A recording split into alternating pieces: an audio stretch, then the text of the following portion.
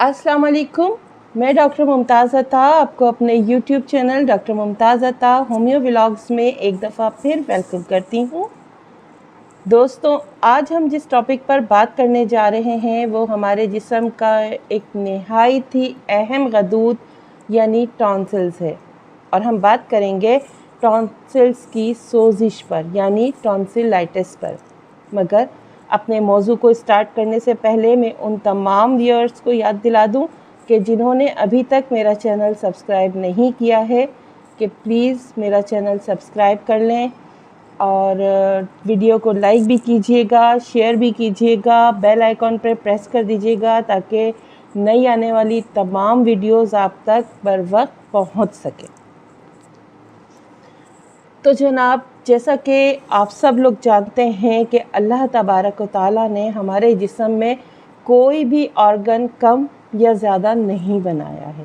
हाँ, बाज़ औक़ात ऐसा ज़रूर हो जाता है कि सुनने या देखने में आ जाता है कि न्यू बॉर्न्स बेबीज़ की जो फिंगर्स होती हैं वो 5 की जगह 6 हो जाती हैं, किसी के हाथ या पाँव छोटे या बड़े हो जाते हैं, किसी के लिप्स कटे हुए हो सकते हैं या उनका तालू नहीं होता, जो ऊपर पैलेट होती है वो नहीं होती, और या किसी की आइज़ में कोई प्रॉब्लम होता है या नुक्स होता है।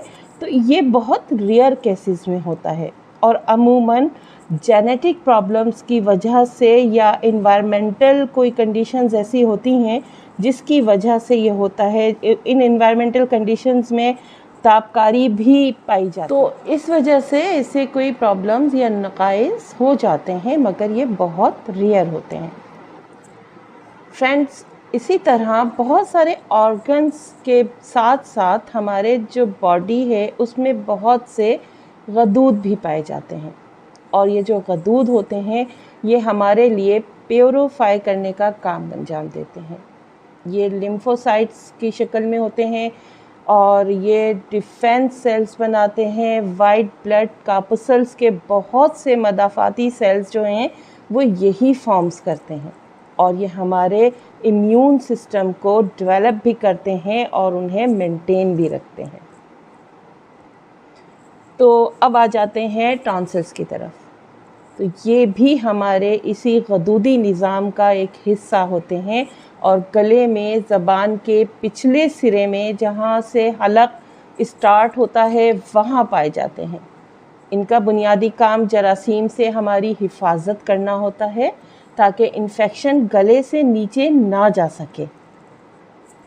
असल में टॉन्सिल्स हमारी बॉडी के चौकीदार भी कहलाए जा सकते हैं क्योंकि ये बॉडी के दरवाज़े पर ही जर्म्स को बॉडी के अंदर दाखिल होने से रोकने की कोशिश करते हैं। अगर टॉन्सिल्स में इन जर्म्स की वजह से कोई भी इन्फेक्शन हो जाता है तो फिर ये सूज जाते हैं और फिर इस कंडीशन को हम टॉन्सिलाइटिस कहते हैं।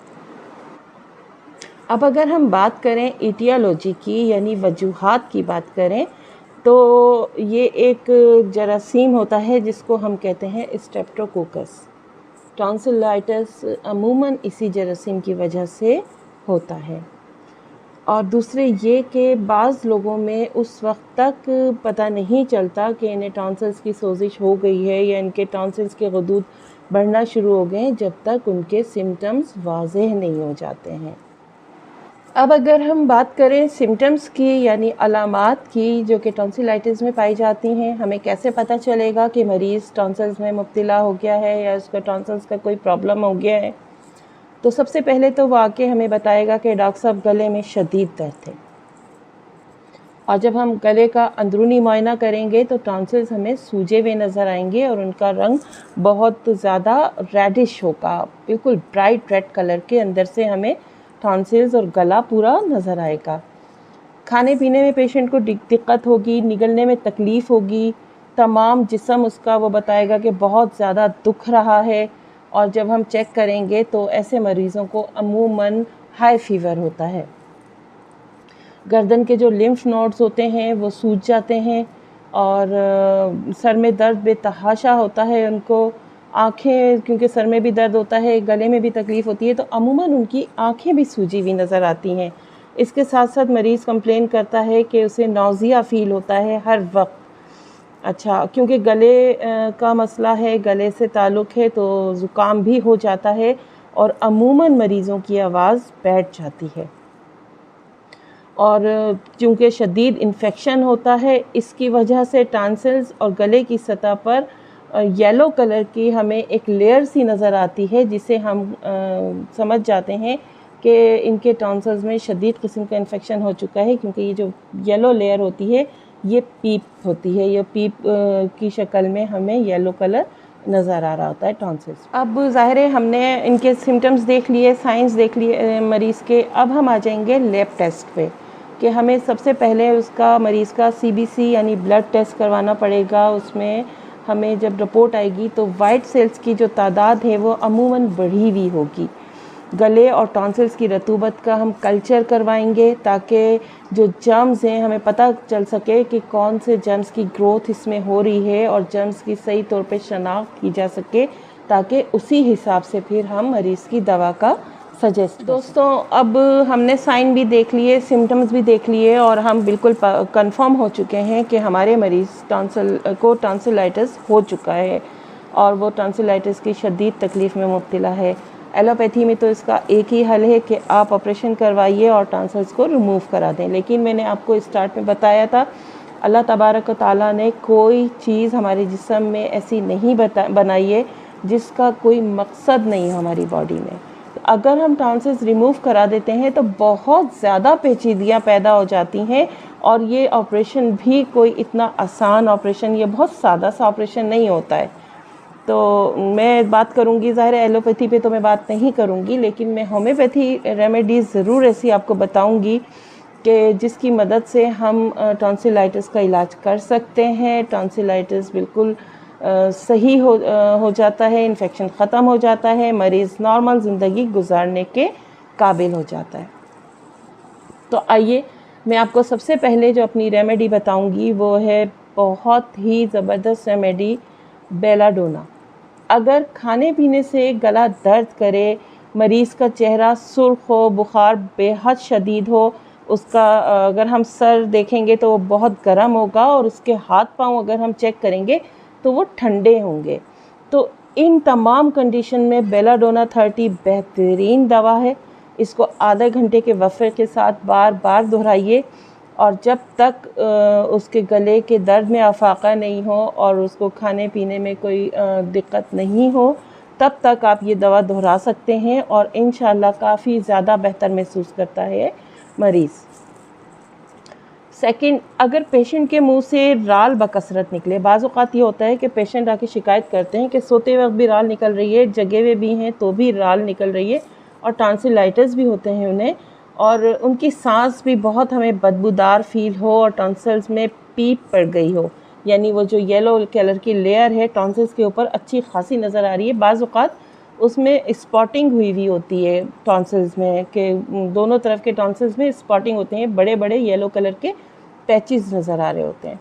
तो इस सूरत में मर्क सॉल 30 देना होगी, जो कि बहुत बेस्ट रेमेडी है माउथ की इन तमाम कैफियत की। अगर ये पीप का हमें शायबा, अगर कहीं छाले हों, ये भी बहुत ज़बरदस्त है कि अगर आप मुंह में कहीं छाले हो रहे हों तो भी मर्क सॉल 30 हम इजीली दे सकते हैं।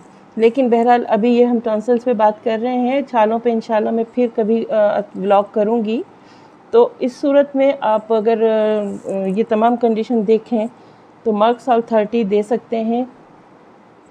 इसके अलावा फाइटोलाका क्यू पोटेंसी में, क्यू का जैसे कि तमाम जो होम्योपैथिक स्टूडेंट्स हैं उन्हें पता है बहुत अच्छी तरह से कि क्यू मतलब मदर टिंचर होता है। तो क्यू पोटेंसी यानी मदर टिंचर की सूरत में नीम गर्म पानी में चंद ड्रॉप्स आप फाइटोलाका के मिलाकर और मरीज़ को गरारे करने के बोलेंगे।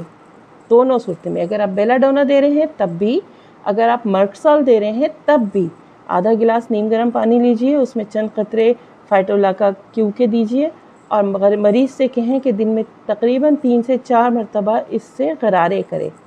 ये गरारे करवाने से ही बीमारी कम से कम आधी तो ख़त्म हो ही जाती है। दिन में 3 से 4 दफ़ा ही से गरारे कराइए और दवा दीजिए, इंशाल्लाह बहुत जल्दी अफाका होगा।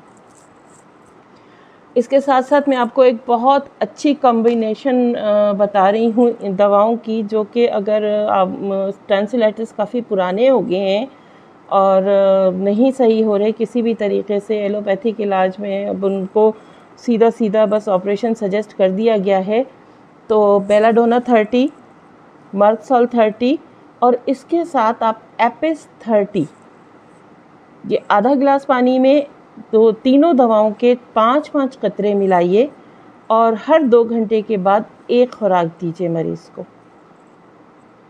आप ये बना के रख लें आधा गिलास पानी में और इसको आधा घंटे के बाद रिपीट कराइए ये दवा। इंशाल्लाह अल्लाह ताला की मेहरबानी से टॉन्सिलाइटिस की शिकायत मुकम्मल तौर पर ख़त्म हो जाएगी। तो दोस्तों, ये तो थी वो दवाएं जो टॉन्सिलाइटिस के मरीज़ों के लिए अक्सीर हैं। अब आ जाएं कुछ ज़रूरी हिदायत पर कि जिन पर अमल करने से मरीज़ बहुत ज़्यादा जल्दी से सेहतयाब हो सकता है। जैसा कि आपने सुना होगा कि परहेज़ इलाज से बेहतर है, लेकिन यहाँ परहेज़ के इलाज के साथ साथ परहेज़ भी ज़रूरी है। तो सबसे पहले तो पेशेंट को बाज़ारी खानों से मुकम्मल तौर पर परहेज़ करना चाहिए। बाज़ार की बनी हुई कोई भी अशिया नहीं खानी चाहिए।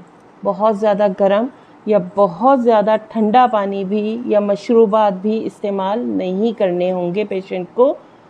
तुर्श और तेज़ मसालेदार खुराक से भी मुकम्मल परहेज़ करना होगा, क्योंकि ज़ाहिर है ये चीज़ें जो होंगी वो डायरेक्ट गले से होके ही जाएंगी आपके मैदे तक। तो जब वो गले पे ही असर करेंगी और गले पे ही आपका इन्फेक्टेड गला आपका मौजूद है, टॉन्सिल्स आपके इन्फेक्शन से भरे हुए हैं, तो आप सोचिए कि ये तमाम चीज़ें कितना बुरा इफ़ेक्ट डालेंगी उस पर। अगर टॉन्सिलाइटिस की तकलीफ़ ज़्यादा हो रही है तो फिर मरीज़ को आप ज़ूद हज़म और नरम ग़िज़ा खाने को कहेंगे, जैसे खिचड़ी, सागोदाना, दलिया, इस तरह की थोड़ी लिक्विड फॉर्म में दवा खुराक का आप बोलेंगे, ताकि जब तक आपकी दवा असर करे और उनके टॉन्सिल्स अपने ओरिजिनल शेप में वापस आएँ, तब तक वो उन्हें निगलने में और खाने में तकलीफ़ नहीं है।